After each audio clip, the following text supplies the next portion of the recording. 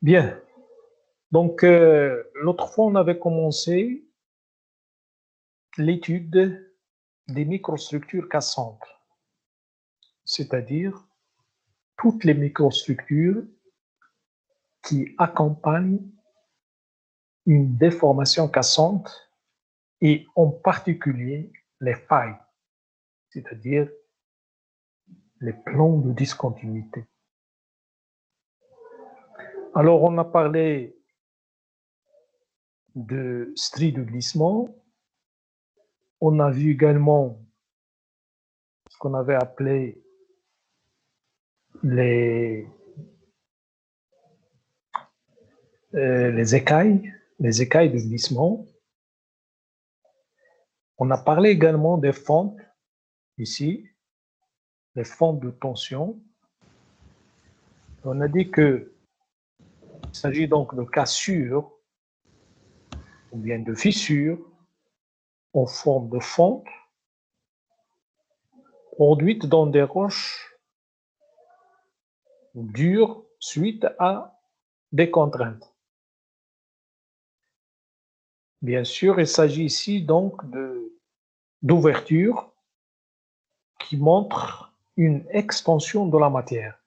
Voilà, ici, vous avez ici deux fentes. Alors, ces fentes présentent, si vous voulez, des extrémités fermées, c'est-à-dire il s'agit donc de bordures avec des bords écartés dans la partie centrale ici, mais jointifs dans les extrémités, ou bien aux extrémités. Alors, les bordures, on les appelle les épentes de la fente. Et le vide ici, parfois, il reste, si vous voulez, ouvert, il reste vide, si vous voulez, ou bien, dans ce cas-là, donc on parle de fente à payante, si vous voulez, payante, c'est-à-dire vide. Parfois, c'est rempli. Donc, la fente peut être soit vide, soit remplie par des minéraux issus d'une cristallisation sous forme de fibres. Cristallisation minérale fibreuse sous forme de fibres, c'est-à-dire les minéraux se cristallisent sous forme de fibres à l'intérieur de la fente, à l'intérieur du vide, bien sûr suite à la circulation des fluides, du fluide minéralisé. Hein. Alors, ce remplissage peut être formé par la silice, c'est-à-dire le quartz, la calcite, les épidotes, le gypse, pourquoi pas, et d'autres exemples de sels, si vous voulez, par exemple, c'est-à-dire de roches évaporitique ou bien du minéraux de roche évaporitique. Ça dépend. Donc, la nature du remplissage de ces pentes dépend de la nature des terrains avoisinant la localité où se trouvent les fentes. Si vous avez des roches riches en silice, dans lesquelles vous avez les fentes, il faut s'attendre à un remplissage par la silice, par le quartz. Si au contraire, les roches avoisinant là où vous avez les fentes sont calcaires, il faut s'attendre à trouver la calcite à l'intérieur ici. Ainsi de suite. Donc, ça dépend donc de la nature lithologique des roches dans lesquelles se forment les fentes, si vous voulez. Alors, l'utilité de ces fentes, si donc vous avez des photos, fente de tension ici rectiligne, ce que vous avez ici, fente de tension rectiligne sur le terrain. On peut avoir des fentes de tension en échelon, comme je vous ai expliqué parfois, mais ici la photo n'est pas très bonne. Les fentes de tension en échelon, c'est des fentes de forme sigmoïdale, sous forme de S, avec une alternance en échelon. Alors, l'utilité de ces fentes, c'est qu'ils peuvent nous donner, si vous voulez, les directions des contraintes et le champ de déformation dans une région donnée. Mais il faut savoir également que ces fentes-là sont généralement, bien ça, elles accompagnent en général les failles, c'est-à-dire des mouvements de failles, hein, généralement engendrent ces fentes de tension. Autrement dit, quand vous avez des fentes, il faut s'attendre à trouver des failles à côté de ces fentes. Alors, par exemple, si on prend ces fentes-là, alors comme j'ai dit tout à l'heure, quand il s'agit de fentes remplies par des minéraux, alors ces minéraux de remplissage se disposent en général perpendiculaires aux épentes ou bien aux bordures de la fente, comme vous voyez ici en rouge. Donc il s'agit de minéraux généralement fibreux, sous forme de fibres, perpendiculaires aux épentes de la fente. Alors bien sûr, ces minéraux, ici, perpendiculaires aux épentes, indiquent la direction de l'extension de la matière. Extension, c'est-à-dire l'ouverture, la direction de l'ouverture de la fente. Et c'est la direction donc de l'extension de la matière, c'est l'axe X, c'est-à-dire l'axe d'allongement ou bien d'étirement maximal. Et par conséquent, donc, c'est la direction de la contrainte sigma 3. Direction de la contrainte sigma 3, c'est-à-dire la contrainte minimale. Le corps de la fente, c'est-à-dire la longueur de la fente, si vous voulez, est parallèle à la direction du raccourcissement Z, c'est-à-dire parallèle à la direction de la contrainte maximale, sigma 1. Donc sigma 1 ici, vous l'avez vertical, sigma 3 horizontal. Ce que vous avez ici au niveau du champ de contrainte. Vous avez sigma 1 vertical, comme ça, et vous avez sigma 3 horizontal, sigma 2 également horizontal. C'est ce que vous avez ici, donc sigma 1 et sigma 3 en vert. Si jamais on vous demande donc d'établir les champs de contrainte et le champ de déformation, donc il faut faire attention, il faut suivre ces consignes.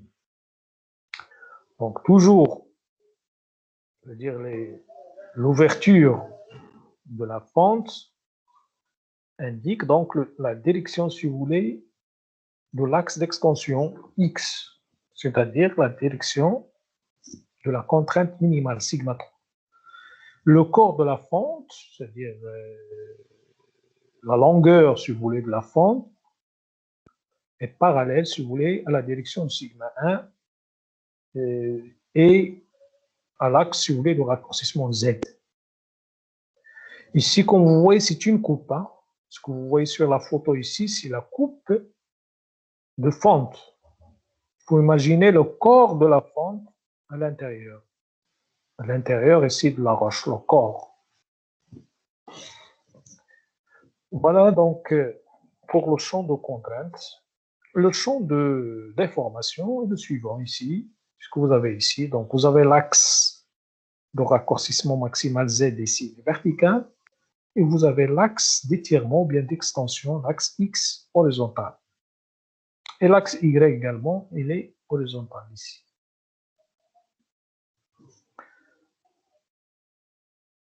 Sur cette photo, vous avez un ensemble donc, de fentes. Vous avez au moins 2 générations de fentes de tension. Vous avez cette génération-là, avec des fentes de grande taille, et vous avez cette génération de fentes de petite taille. Alors, qu'est-ce que ça veut dire ça? Ça veut dire qu'il y avait des mouvements qui ont formé ces fentes-là, et par la suite, des mouvements qui ont formé ces petites fentes-là. C'est-à-dire, ces fentes-là ont été ouvertes en premier, puis ces fentes-là en deuxième. C'est-à-dire, si on veut donc établir la chronologie donc, de formation des fentes ici, c'est-à-dire la chronologie donc, des mouvements ayant affecté cette roche, si vous voulez.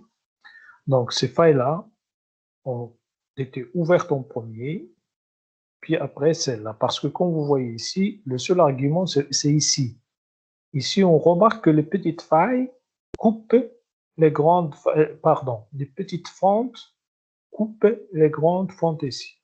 Ça veut dire que ces petites fentes-là, elles ont été ouvertes postérieurement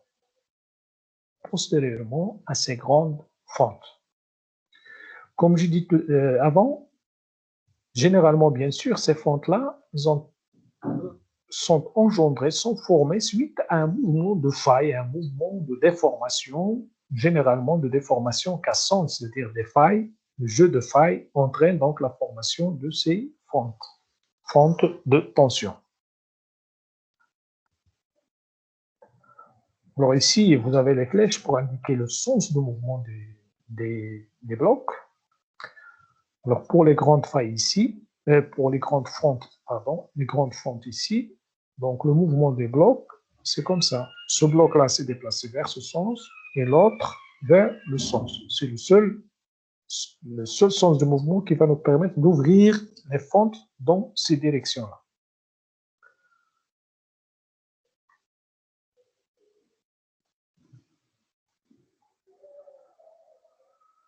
Et ici, c'est la même chose. Donc, ici, vous avez des fentes de tension dans un calcaire. C'est des fonds de tension, si vous voulez, ordinaires, normales. Ici, vous avez des fonds de tension en échelon. Fonds de tension en échelon. Il faut également noter que parfois, comme ici, comme on peut voir ici, mais c'est pas très clair, parfois les fentes de tension en échelon sont coupées par des failles qu'on appelle les failles potentielles. Une faille potentielle. Faille potentielle quand on a des fentes en échelon qui sont affectées par la faille. C'est-à-dire, bien sûr, les fonds de tension, c'est le résultat du mouvement, du jeu, si vous voulez, d'une faille. Mais parfois, la faille, ce qu'on appelle les failles potentielles, arrive même à décaler les failles, à décaler les fentes de part et d'autre de la fissure ou bien de la discontinuité. C'est ce qu'on appelle une faille potentielle. Alors ici en bas, vous avez. Alors regardez, donc ici vous avez un calcaire.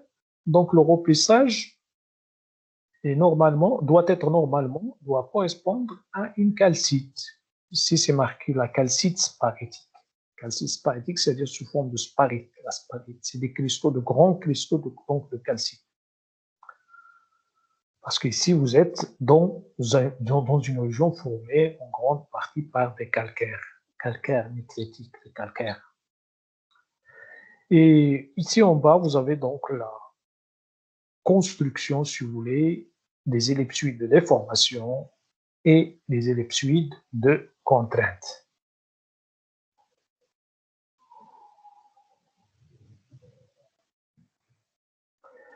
Toujours donc ici, donc vous avez le sens de déplacement des blocs. Voilà donc en ce qui concerne les fentes de tension. Maintenant, on va voir un autre exemple, si vous voulez, de microstructure qui accompagne donc les failles. C'est ce qu'on appelle les joints stylolytiques. Les joints stylolytiques. Comme leur nom l'indique, donc il s'agit de joints.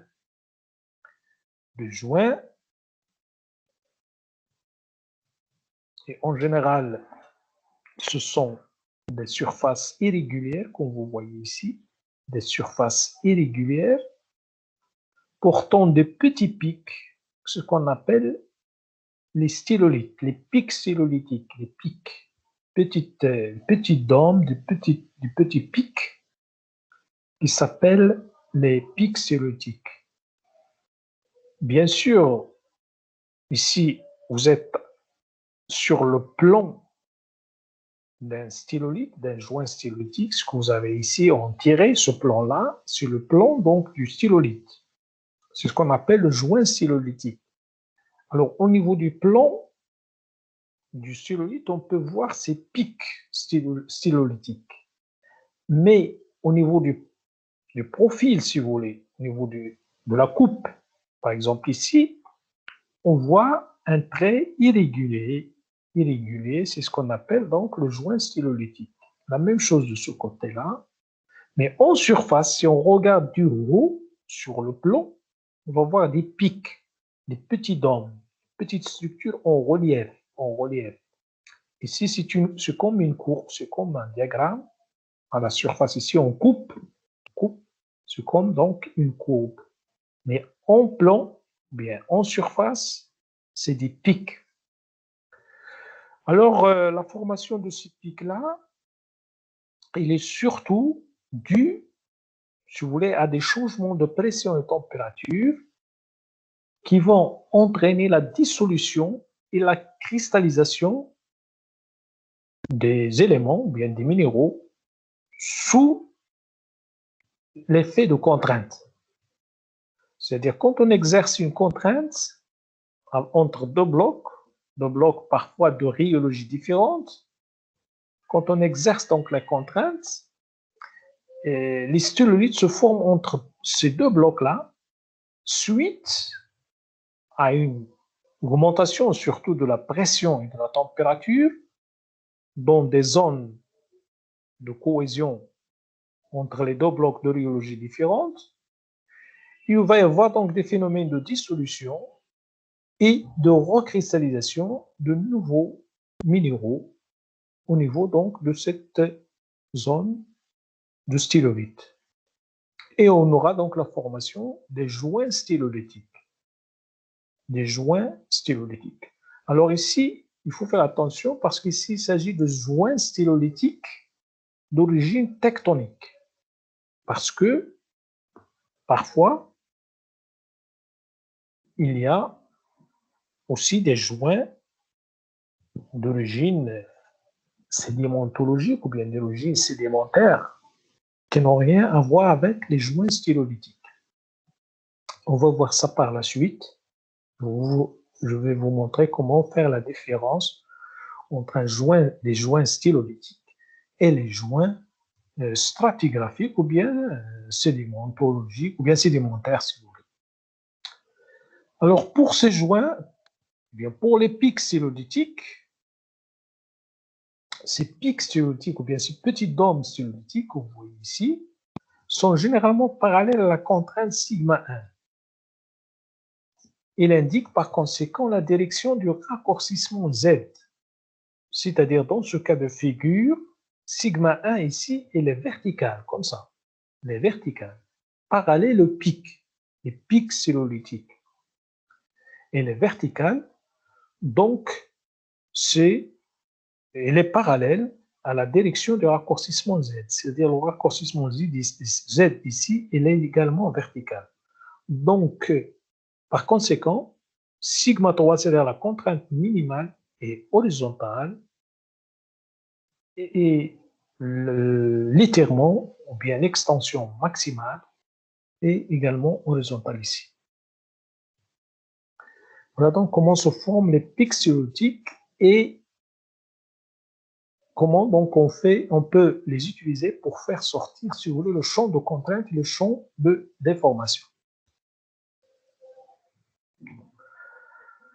Bien, donc sur cette photo-là, vous avez ici, donc ici c'est en coupe, hein, la même chose ici c'est en coupe, vous êtes sur un banc, l'épaisseur du banc, ici, vous avez le bas, la base du banc, le haut, le sommet du banc.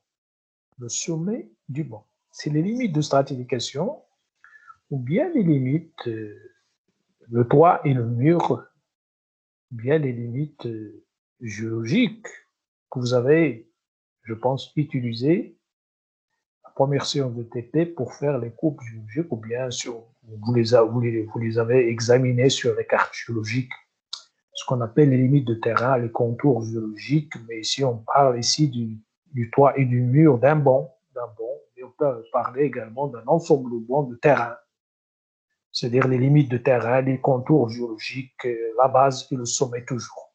Donc toujours il faut faire attention à cette orientation, hein, l'orientation des bancs, bien des terrains en général, c'est-à-dire connaître le bas et le sommet, bien le bas et le haut. C'est très important. La base du banc, le sommet du banc. Alors ici, au niveau de ce banc-là, comme je dis, donc si tu coupes, c'est l'épaisseur du banc ici. C'est pas la surface, parce qu'il y a différence. Il faut faire toujours la différence entre ce qui est en surface, sur le plan, et sur ce qui est en coupe ici. On coupe ou bien au niveau de l'épaisseur du banc. Alors sur cette coupe-là, au niveau de ce banc-là, nous avons deux types de stylolites. Vous avez cette génération de stylolites ici, et vous avez d'autres stylolites ici, regardez, ici, celui-là et celui-là. Alors ici, on vous indique ici la stratification. La stratification, c'est-à-dire les limites de strates, les limites des bancs. Si on a plusieurs bancs, par exemple, on peut avoir une limite ici, une limite ici, une limite ici. De toute façon, ici, les limites, la stratification elle est horizontale, c'est-à-dire les limites des bancs sont horizontales. C'est-à-dire, autrement dit, le banc est horizontal. La couche, le banc est horizontal. Donc, voilà la stratification. Alors, regardez ici ces stylolites, ces deux exemples de stylolites ici sont plus ou moins parallèles à la stratification. Sont plus ou moins parallèles à la stratification. Alors, dans ce cas-là, il s'agit de joints stratigraphiques, de joints d'origine sédimentaire, si vous voulez. D'origine sédimentaire. C'est-à-dire des joints formés sous la pression lithostatique, si vous voulez. C'est-à-dire sous la contrainte exercée par la pression lithostatique. Quand la couche se forme, il va y avoir des dépôts qui arrivent dessus ici. Ces dépôts-là, avec de l'eau, etc., peut-être elles vont exercer une pression, c'est-à-dire une contrainte, c'est-à-dire qu'on peut simuler à la contrainte sigma 1, va exercer une contrainte ici, et à ce niveau-là, il va y avoir formation, par exemple, de stylus, c'est-à-dire il va y avoir dissolution et recristallisation des minéraux, et on forme donc un stylolite d'origine sédimentaire. La même chose ici. Donc, en général, les stylolites d'origine sédimentaire sont parallèles à la stratification. Par contre, ce stylolite-là, regardez, celui-là, il est oblique ou bien perpendiculaire à la stratification ici. De toute façon, il n'est pas parallèle. Il peut être oblique et peut être perpendiculaire carrément.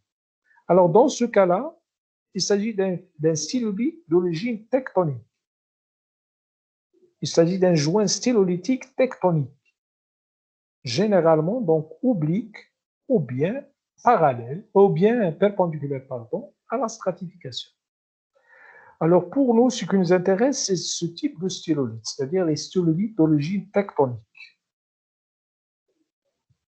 C'est ce stylolite-là qui nous intéresse. Alors, comme je vous ai dit tout à l'heure, regardez, on coupe ici, les stylolites apparaissent sous forme de courbe ou bien de diagramme, sous forme de courbe, comme ça, avec des pics.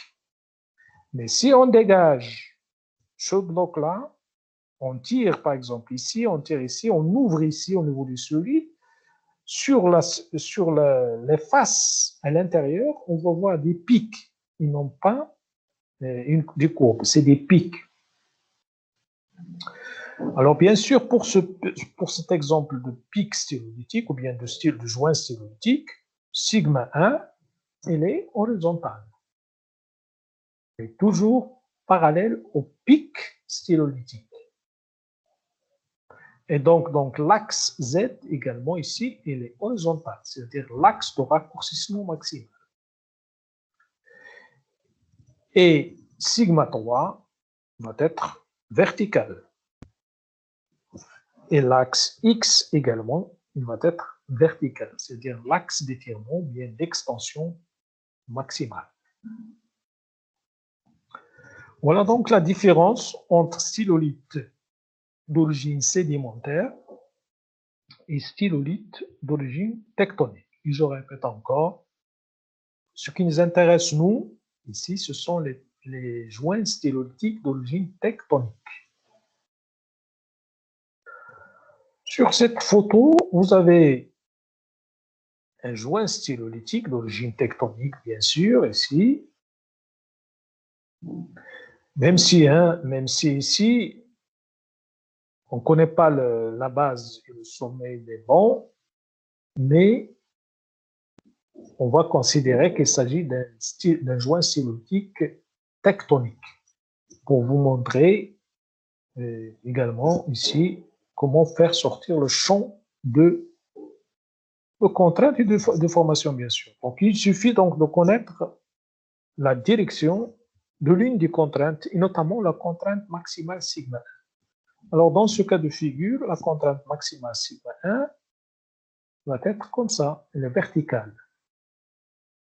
Verticale, donc l'axe Z de déformation, c'est-à-dire l'axe de raccourcissement maximal, va être également vertical. Et sigma 3 va être horizontal, l'axe X aussi horizontal. Sur cette photo, la même chose. Vous avez des stylolites ou bien des joints stylotiques d'origine tectonique. Vous avez une génération ici, mais vous avez une petite génération également ici.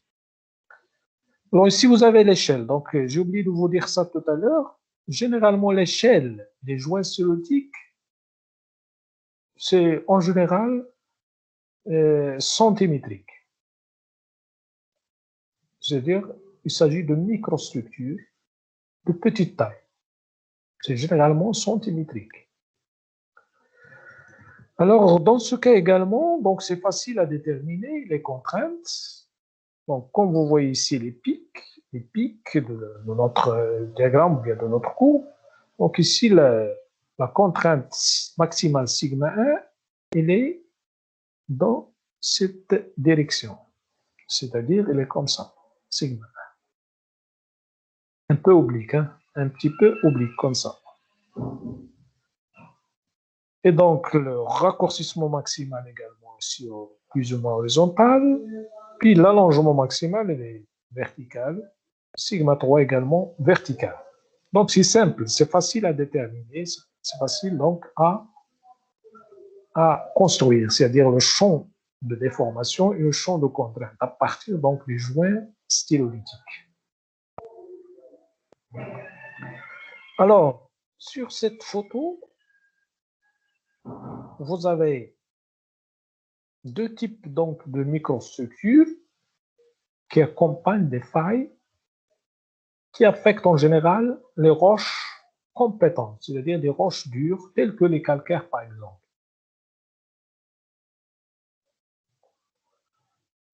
Alors, vous avez en petite A par exemple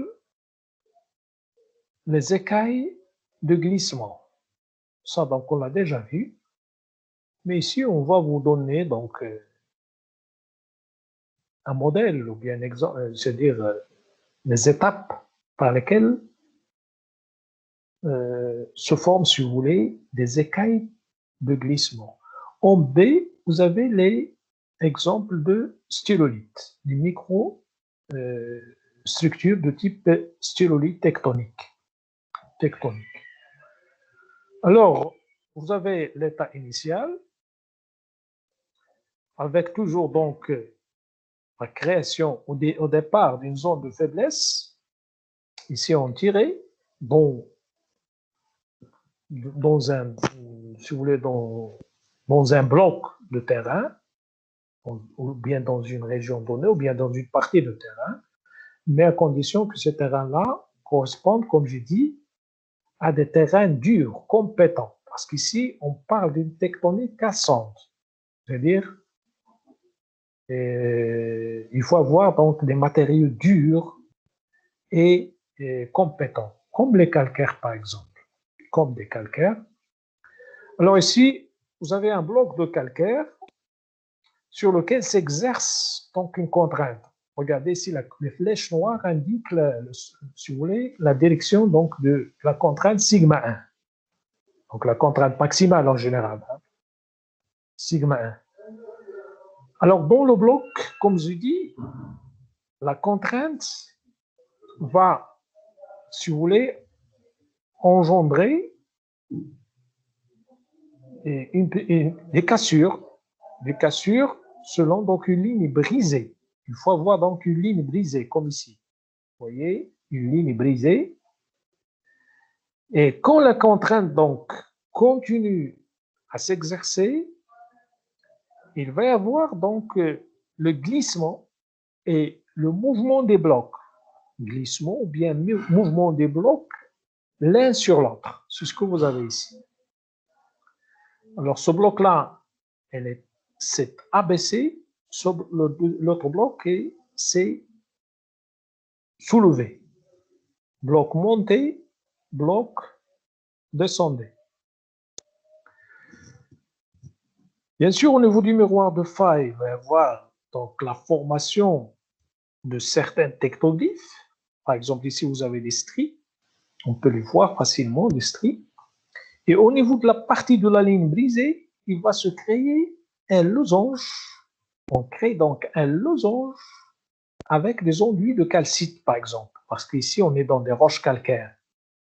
Enduits de calcite. Et donc, roches calcaires, donc il faut s'attendre à trouver des recristallisations de la calcite.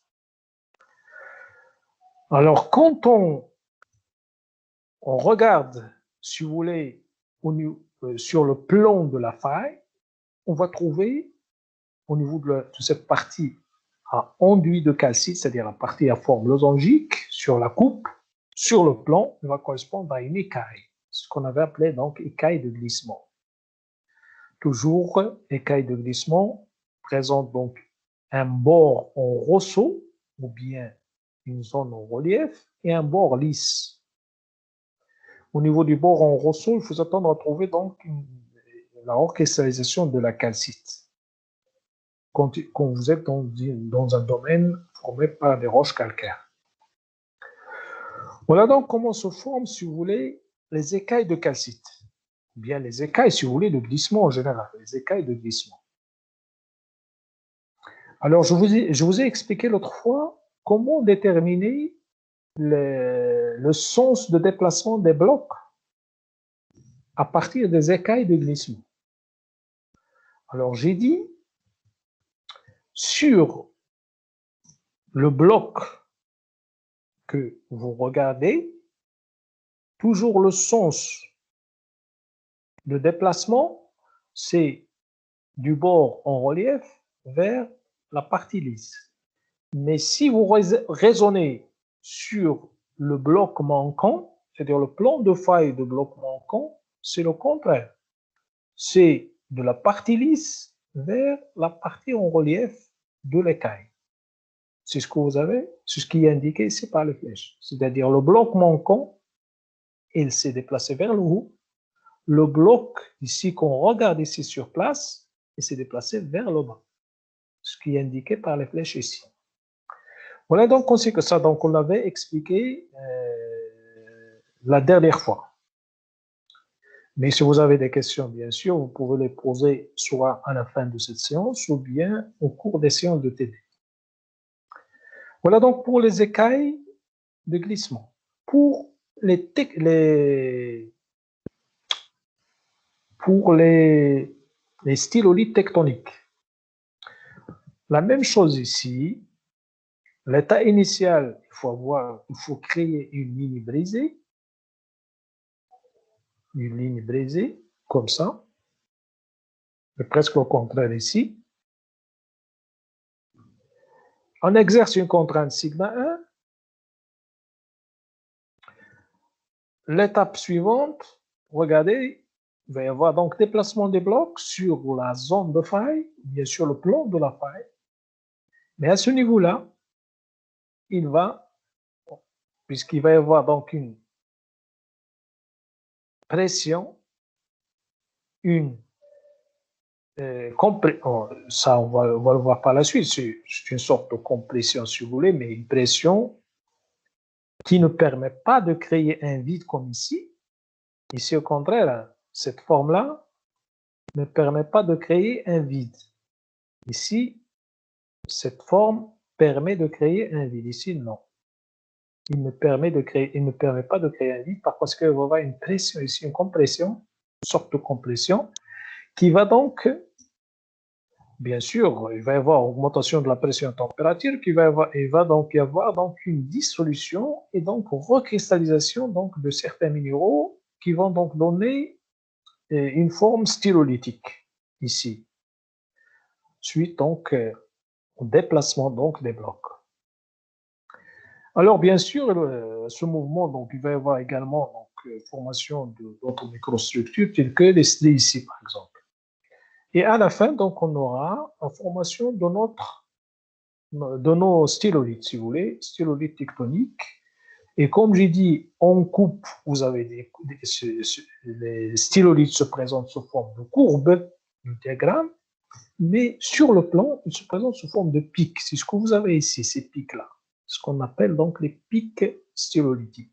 Et toujours ces pics stylolytiques sont plus ou moins parallèles à la direction de sigma 1 et par conséquent parallèles donc à l'axe de raccourcissement maximal. Et donc à partir d'ici, si vous voulez, on peut faire sortir les champs de contrainte. C'est à partir donc de ces stylolithes-là, on peut faire sortir donc le champ de contrainte et le champ de déformation. Donc sigma 1 ici, il est plus ou moins, il est un peu oblique, il n'est pas horizontal, mais un peu oblique, parce que vous avez, comme vous voyez ici, donc le raccourcissement maximal, comme ça également. Puis l'étirement, il est vertical, si vous voulez, l'étirement maximal ou bien l'extension maximale, c'est-à-dire sigma 3. Voilà donc d'une manière générale comment se forment ces deux types donc, de microstructures, c'est-à-dire les écailles de glissement et les stylolithes tectoniques, dont des calcaires, c'est-à-dire dans des roches dures ou bien compétentes type calcaire. Bien, donc maintenant on a fait un petit peu le tour sur toutes les microstructures cassantes, c'est-à-dire ce qu'on avait appelé les tectoglyphes, donc les tectoglyphes, c'est-à-dire des microstructures sur un plan de faille ou bien sur un miroir de faille. Donc on va essayer de récapituler un petit peu maintenant. Donc bien sûr, il s'agit donc de marqueurs de mouvement, c'est-à-dire ces microstructures cassantes, ou bien ces tectoglyphes. Ce sont donc des marqueurs qui peuvent nous indiquer, si vous voulez, le sens de déplacement des blocs ou bien tout simplement les marqueurs de mouvement. On peut les appeler les marqueurs de mouvement sur les miroirs de faille. Alors ici, on vous donne donc les blocs diagrammes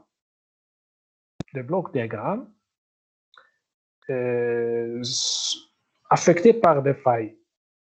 Voilà, ici, par exemple, pour ce premier bloc diagramme, vous avez le bloc en bas avec des ronds bleus et le bloc en haut avec des ronds avec des points rouges. La même chose ici.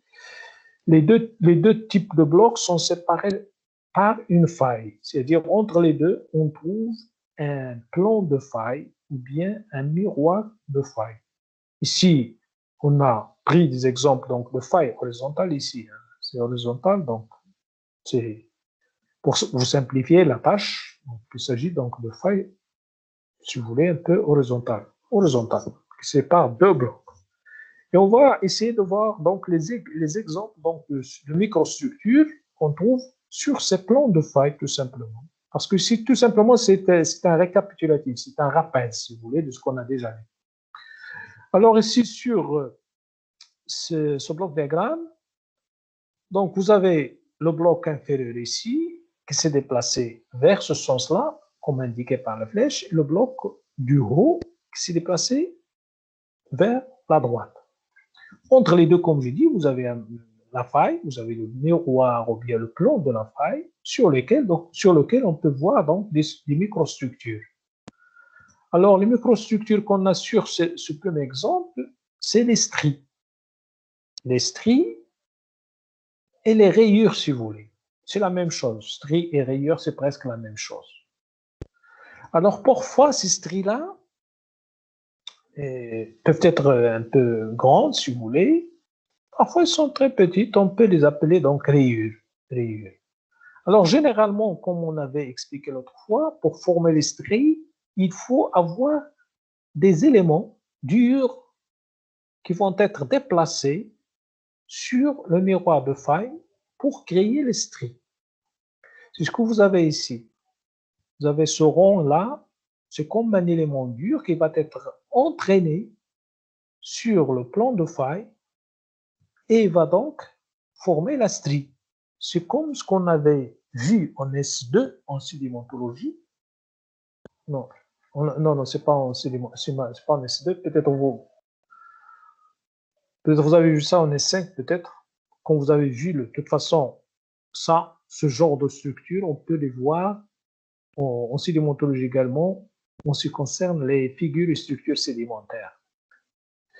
C'est ce qu'on peut appeler en sédimentologie les groove marks. Les groove marks, c'est tout simplement quand vous avez un élément, un minéral, un fragment de roche qui va être entraîné sur un fond ou bien sur un substratum substratum mou qui n'est pas très dur. Et sur le substratum, donc, lors donc, de l'entraînement, l'élément va laisser donc une petite gouttière, une petite rayure qui s'appelle le groove marks en sédimentologie. C'est presque la même chose ici. Les éléments durs ici, ils vont être entraînés sur le plan de la faille. Ils vont donc créer des petites gouttières, des petites rayures qui s'appellent les stries, tout simplement. Ici, vous avez un petit détail, si vous voulez, donc de l'élément entraîné. C'est pourquoi, quand on a vu les stries, on a dit que. Alors les stries en général, dans la direction du mouvement, la direction, c'est-à-dire la longueur de la strie, c'est la direction du mouvement.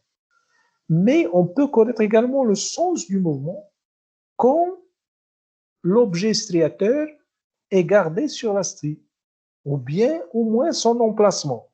C'est-à-dire, si on a l'emplacement de l'objet striateur, si vous voulez, par exemple ici, regardez ici, on a l'emplacement de l'objet striateur. Donc, dans ce cas-là, le sens du mouvement, c'est comme ça. C'est le sens de ce bloc-là, si vous voulez, c'est vers ce sens-là. Là également, regardez, l'objet striateur indique que le déplacement de l'objet s'est fait comme ça. Il s'est déplacé vers ce sens-là. Les flèches indiquent le sens de déplacement du bloc ou bien de l'objet striateur. Et non pas vers l'autre sens, c'est vers ce sens-là. Le déplacement pour créer la strie, on la crée comme ça. Sur, bien sûr, le bloc d'en bas. Donc, pour déterminer le sens du mouvement, il faut avoir l'emplacement de l'objet striateur sur la strie. Si on n'a pas ça, si on n'a pas l'emplacement de l'objet striateur, on ne peut pas connaître le sens du mouvement. Ce qu'on peut connaître, c'est surtout la direction du mouvement. Voilà donc en ce qui concerne les stries.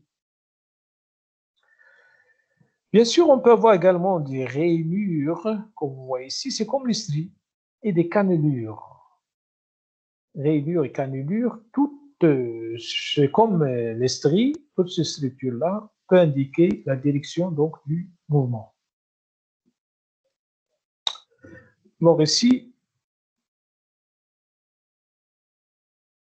pour ce bloc-là, le bloc diagramme ici, alors vous avez les zones dont je vous ai parlé tout à l'heure, ici en coupe, et vous avez les écailles ici en surface, les écailles de glissement.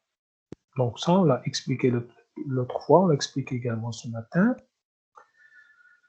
Alors ces zones, si vous voulez, de cristallisation au niveau des écailles peuvent indiquer le sens du mouvement. Le sens du mouvement. Bien sûr, ces vides-là sont colmatés au cours du déplacement par des cristallisations de minéraux tels que le quartz, tels que la calcite, tels que le gypse, etc., les épidotes, etc. Et vous avez ici le détail, si vous voulez, donc de l'écaille de glissement. On peut avoir une cristallisation fibreuse, comme on peut voir une cristallisation automorphe ici. Et bien sûr, il nous permet donc de déterminer le sens du déplacement du bloc. Sur ce bloc diagramme, la même chose. Vous avez ici surtout des fentes.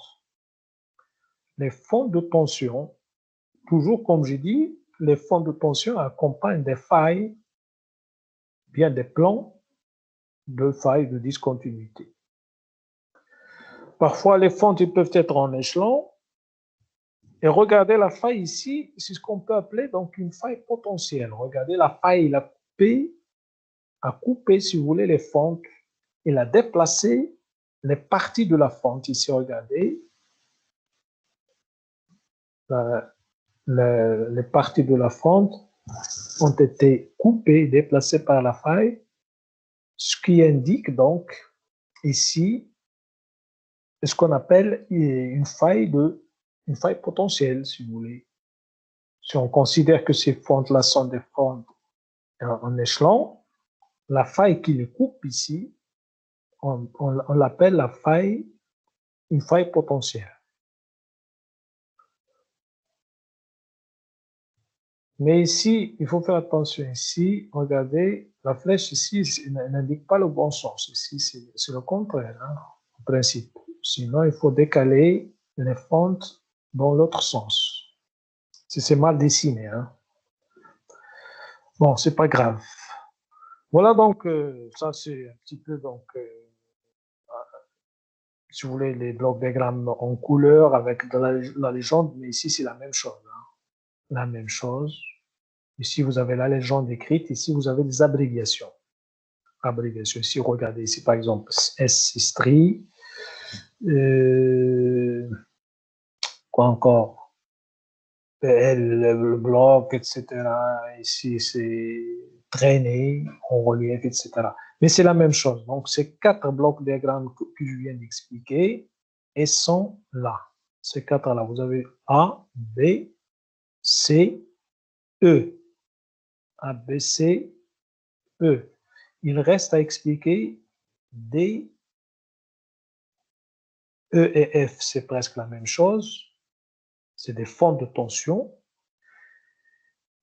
Il reste à expliquer donc les stylolithes ici. Et d'autres exemples de microstructures qui accompagnent le cisaillement, tels que les écailles également ici, tels que des rayures, des petites structures discontinues telles que les cisaillements, petits cisaillements, etc. Alors pour les stylolithes, comme je vous ai expliqué tout à l'heure, donc vous avez toujours deux blocs, plan de faille, et regardez comment l'emplacement où se forment les styloïdes. C'est toujours dans la partie de la ligne brisée contre la pression. Le détail, il est là. Le détail, donc à cet endroit-là, vous voyez, ou bien à cet endroit, ou bien celui-là, etc. Vous allez voir, c'est comme si vous avez une compression. Regardez, les deux flèches ici sont antagonistes. Donc automatiquement ici, il va y avoir donc une augmentation de pression, de température pour former donc les stylolithes tectoniques. Et bien sûr, la même chose ici. Donc ici, c'est en coupe. Donc vous avez sous forme de courbe, les stylos sous forme de courbe. Ici, c'est sous forme de pic. C'est comme si on est sur le plan de faille, le plan du stylolithe. Donc il va y avoir des pics. Et vous avez ici donc le sens de déplacement des blocs. Donc ils nous permettent, les stylolithes nous permettent, si vous voulez, de déterminer également le sens de déplacement des blocs. Alors pour le reste, donc c'est des cas si vous voulez un peu particuliers. Le reste ici GF, c'est une microstructure de cisaillement. Voilà grosso modo donc le récapitulatif sur sur les tectoglyphes en général, les tectoglyphes. Alors relation faille, fonte et stylolithe. Maintenant c'est très important parce qu'ici bien sûr, un même état de contrainte peut produire ou bien faire rejouer différents types de structures et de microstructures.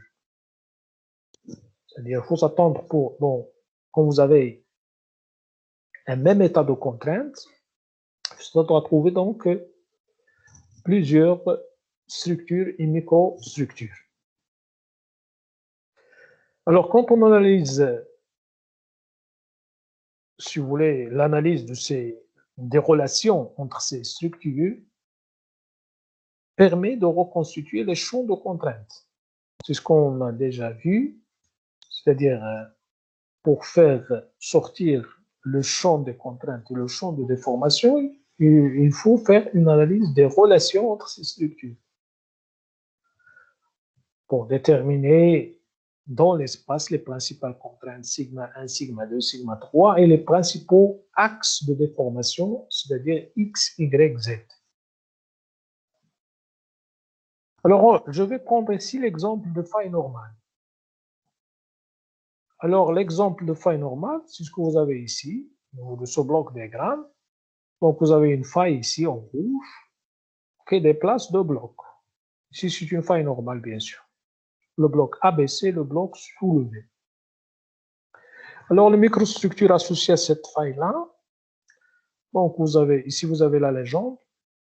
FT, c'est les fonds de tension, ce que vous avez ici. Les fonds de tension. Vous avez les stries, le glissement, ici. Vous avez les stylolithes.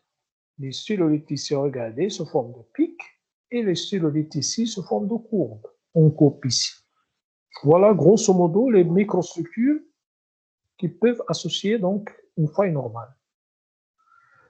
Alors, quand on examine, si vous voulez, le champ de contrainte, ici, vous avez le bloc ABC, le bloc soulevé.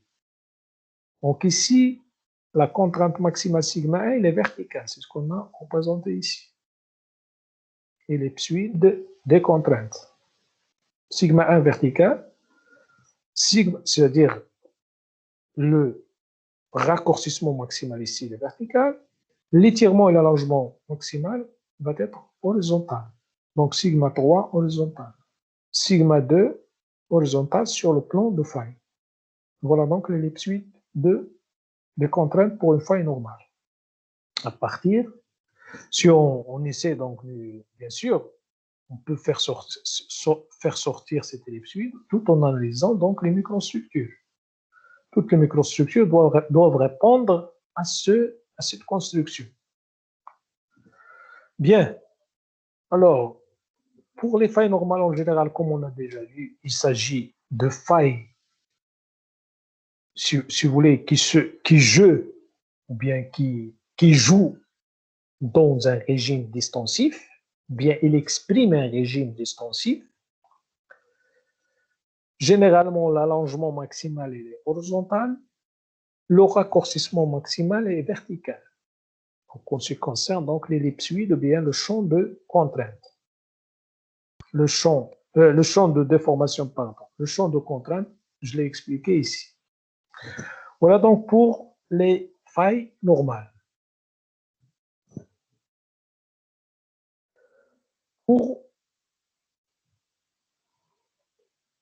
Alors, bien sûr, comme j'ai dit, les champs de contrainte et les champs de déformation, on essaie donc de les établir tout en analysant, en étudiant les microstructures qu'on a, ou bien qui accompagnent la faille, le jeu de la faille. On peut avoir des stries uniquement, on peut avoir des stries avec des fentes, comme on peut avoir des fentes uniquement, comme on peut avoir des stries uniquement, comme on peut avoir des fentes et des stries, etc. Ça dépend de ce qu'on peut avoir au niveau donc qui accompagne, si vous voulez, la faille. Donc, à partir de ces microstructures-là, on fait sortir le champ de contrainte et le champ de déformation. Et par conséquent, donc, on peut connaître, on peut déduire, si vous voulez, le sens de déplacement des blocs. On peut connaître la faille et dans quel régime cette faille a joué. Et on peut également déduire, si vous voulez, est-ce qu'il s'agit d'une faille qui a joué à plusieurs reprises ou bien une faille qui est jouée une seule fois. Parce que comme je vous ai expliqué l'autre fois, une faille peut rejouer plusieurs fois. C'est-à-dire une faille, un miroir, une faille peut jouer sur le même miroir sur le même plan de faille, peut rejouer plusieurs fois. Et cela, bien sûr, on peut le déduire à partir de l'analyse des microstructures sur le plan de faille, bien sûr le miroir de faille. Donc il faut faire attention à ça. Hein. En général, c'est ce qu'on trouve d'ailleurs sur le terrain. Sur le terrain, il faut s'attendre, toujours il faut penser au rejet des failles. C'est-à-dire il ne faut pas trouver une écaille et dire, par exemple, d'un seul coup, bien, et trancher, voilà le bloc ABC, le bloc soulevé, le mouvement de la faille s'est fait dans ce sens, etc. Il faut examiner toutes les microstructures que vous avez. C'est-à-dire tous les tictoglyphes que vous avez sur le miroir de faille. Pour dire est-ce qu'elle a joué, la faille a joué une seule fois, ou bien elle a joué deux fois, ou bien trois fois, etc. Et il faut faire attention également, les jeux normaux, les failles normales, par exemple ici, failles normales, ils peuvent rejouer en faille inverse. Et d'ailleurs, en général, les failles inverses, c'était des failles normales au départ. Au moment de la distension, on crée des failles normales, mais au moment de la compression, on forme des failles inverses. Mais en général, ces failles inverses correspondent aux failles normales au moment de la distension.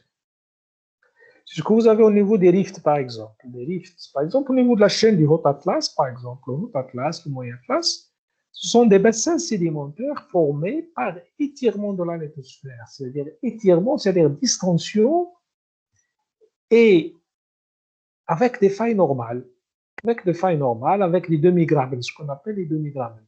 On crée donc le fossé, bien le bassin sédimentaire, distension, bien étirement, faille normale, remplissage du bassin par les dépôts. Bien sûr, ça demande des millions et des millions d'années pour se remplir.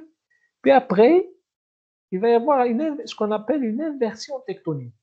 Inversion tectonique, c'est-à-dire il va y avoir une compression et les failles normales vont rejouer en faille inverse pour donner une sorte d'ost, si vous voulez, zone haute, c'est-à-dire la chaîne de montagne. Voilà donc un exemple, c'est très simplifié, hein, ce que je viens d'expliquer. Mais en réalité, c'est compliqué. D'accord? Et ça, d'une part. D'autre part aussi, il faut comprendre que au niveau de la lithosphère, c'est-à-dire à l'échelle de la tectonique des plaques, là où vous avez, c'est-à-dire si on a une distension dans une région donnée, il faut s'attendre à trouver ou bien à avoir une compression de l'autre côté. C'est-à-dire on ne peut pas étirer dans une région comme ça sans compenser cet étirement par un raccourcissement de part et d'autre, par exemple, etc. Donc, c'est des choses, comme je dis, c'est pas facile. En réalité, c'est un peu compliqué.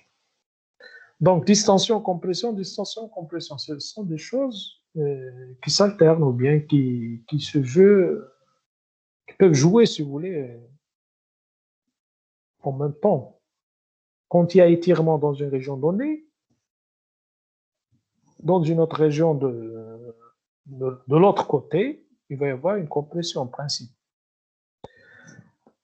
Alors, voici, si vous voulez, les microstructures associées aux failles normales. Donc, ici, vous avez un bloc diagramme, c'est toujours des failles normales. Regardez ici, vous avez une faille et une autre ici, c'est toujours des failles normales. Mais ici, ce sont des failles normales qu'on avait appelées des failles normales conjuguées. Failles normales conjuguées.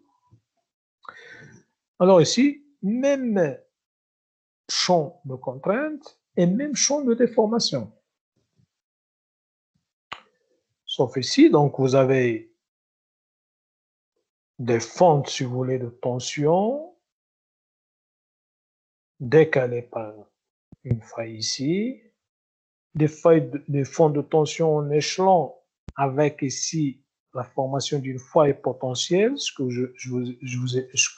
que j'ai appelé tout à l'heure faille potentielle, c'est ça. Une faille qui affecte les fonds de tension en échelon. Ici. Vous avez les stylolites également en coupe ici et les stylolites en plan, les pics. Les stylolites en plan, donc toutes ces microstructures-là peuvent nous aider donc à former, si vous voulez, le champ de contrainte et le champ de déformation également. Alors ici, vous avez les stylolites et les fonds de tension. En même temps, ici, regardez en vert, ici, c'est des fonds de tension remplis par des minéraux fibreux, ici et ici également, etc. Donc, c'est presque la même chose que tout à l'heure. Alors maintenant, donc, maintenant, on va essayer de voir les failles inverses, microstructures associées. Failles inverses. Alors, les failles inverses, ce sont des failles qui se produisent généralement dans un régime compressif. Compressif, c'est-à-dire ici, dans ce cas de figure, sigma 1, il est horizontal. C'est-à-dire, le raccourcissement, également, il est horizontal, le raccourcissement maximal. L'allongement maximal est vertical, c'est-à-dire sigma 3. Alors, si je n'ai pas mis de schéma, mais c'est à vous d'imaginer le schéma. C'est à vous donc de dessiner le schéma. À vous donc de dessiner le schéma, bien le dessin de bloc diagramme avec une faille inverse ou bien deux failles inverses conjuguées, comme vous voulez, et sur lequel vous essayez donc de dessiner les microstructures telles que les fonds de tension, les stylolites en courbe et stylolites en pic,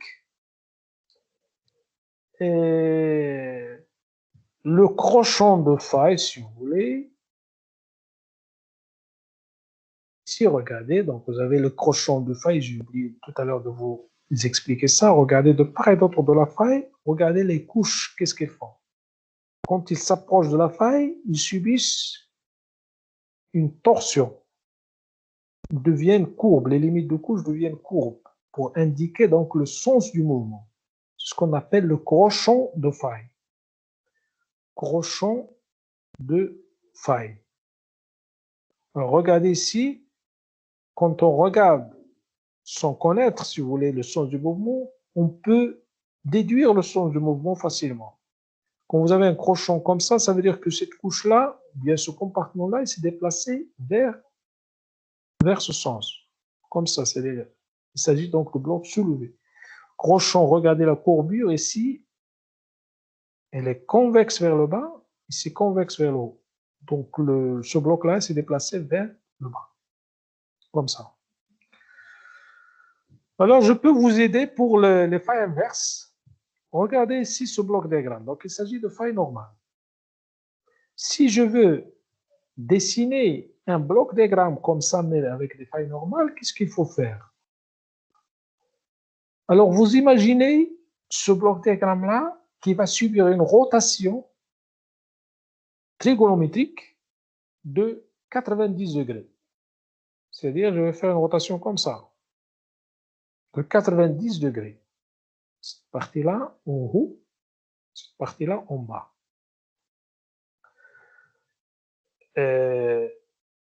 Alors, quand je fais la rotation de 90 degrés,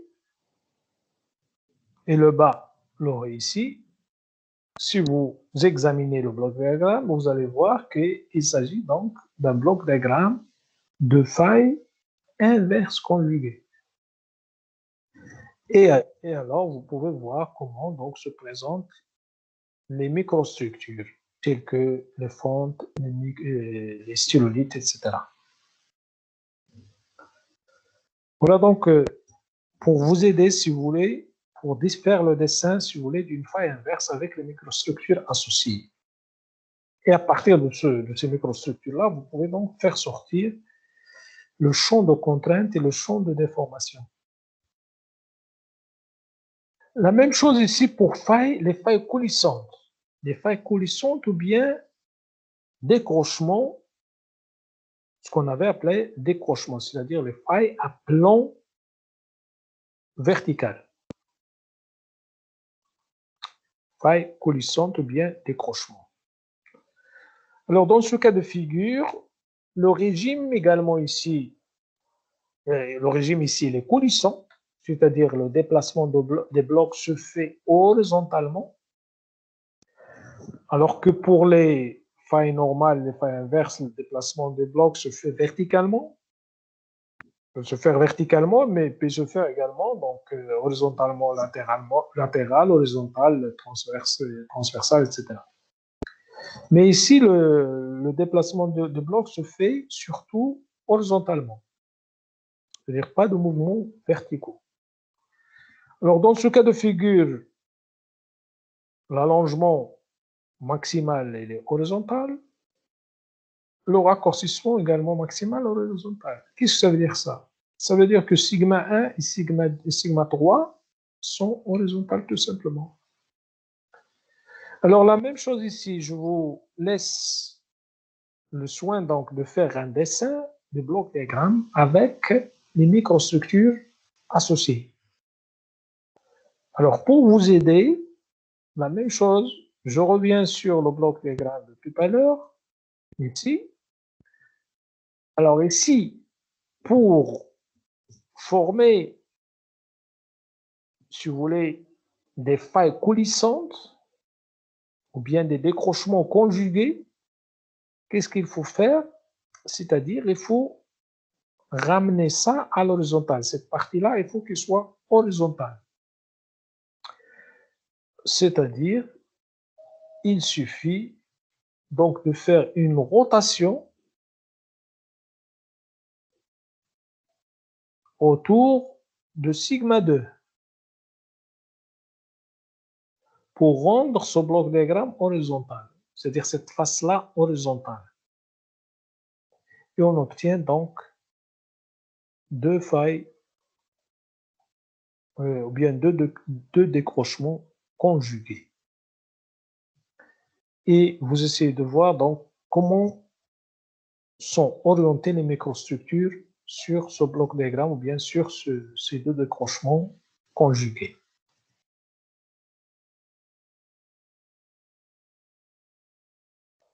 Voilà donc pour les failles coulissantes ou bien décrochements. Les roches de faille. Les roches de faille, souvenez-vous bien, l'autre fois, on a parlé un petit peu donc de ces roches de faille. Et quand on a parlé donc des matériaux de remplissage des failles, on a dit que au niveau du plan de faille, généralement, il va y avoir un broyage de la roche. Alors, quand vous avez un broyage de la roche, il va y avoir donc l'effritement de la roche, il va y avoir décollement des fragments, décollement des fragments de la roche.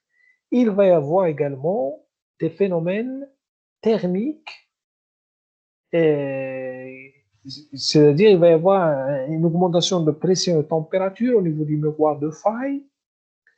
Et donc, il faut s'attendre à former des roches, ce qu'on appelle les roches de faille, sur un plan de faille.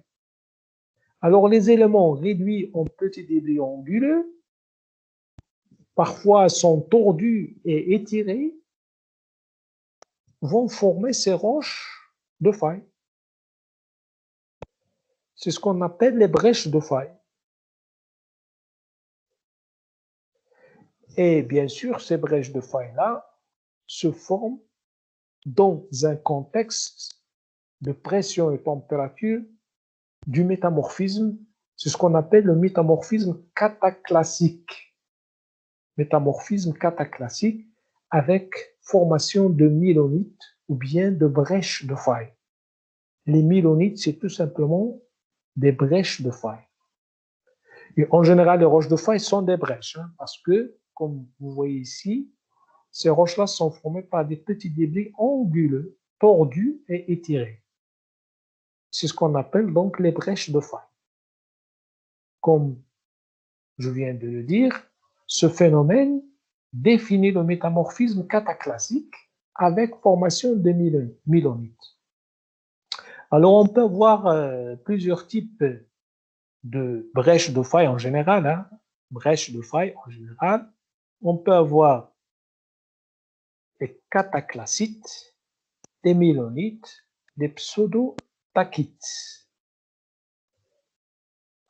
Alors, toutes ces roches-là, on peut les qualifier de brèches de faille. Ils se forment au niveau du plomb de faille.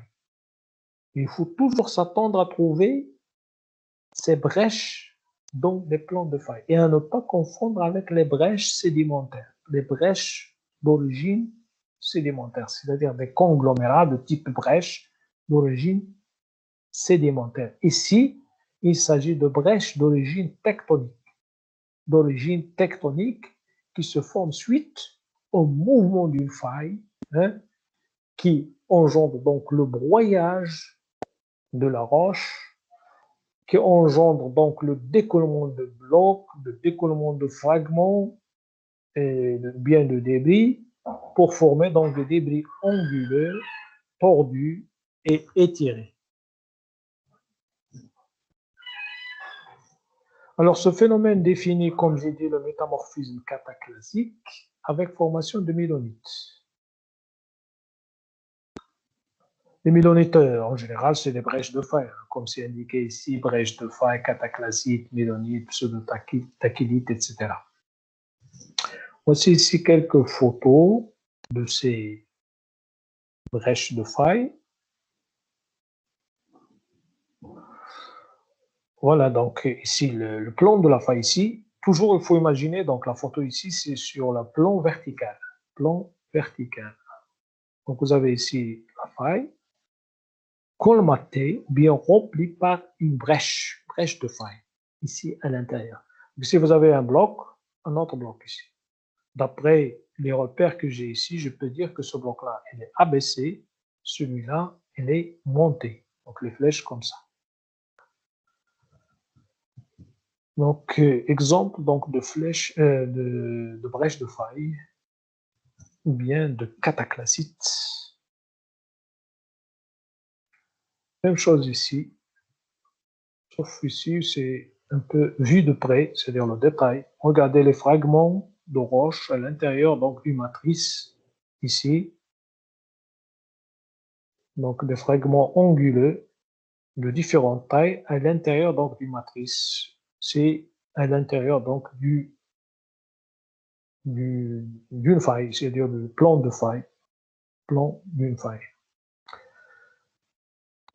Voilà donc, je pense, c'est tout ce que nous avons pour cette séance.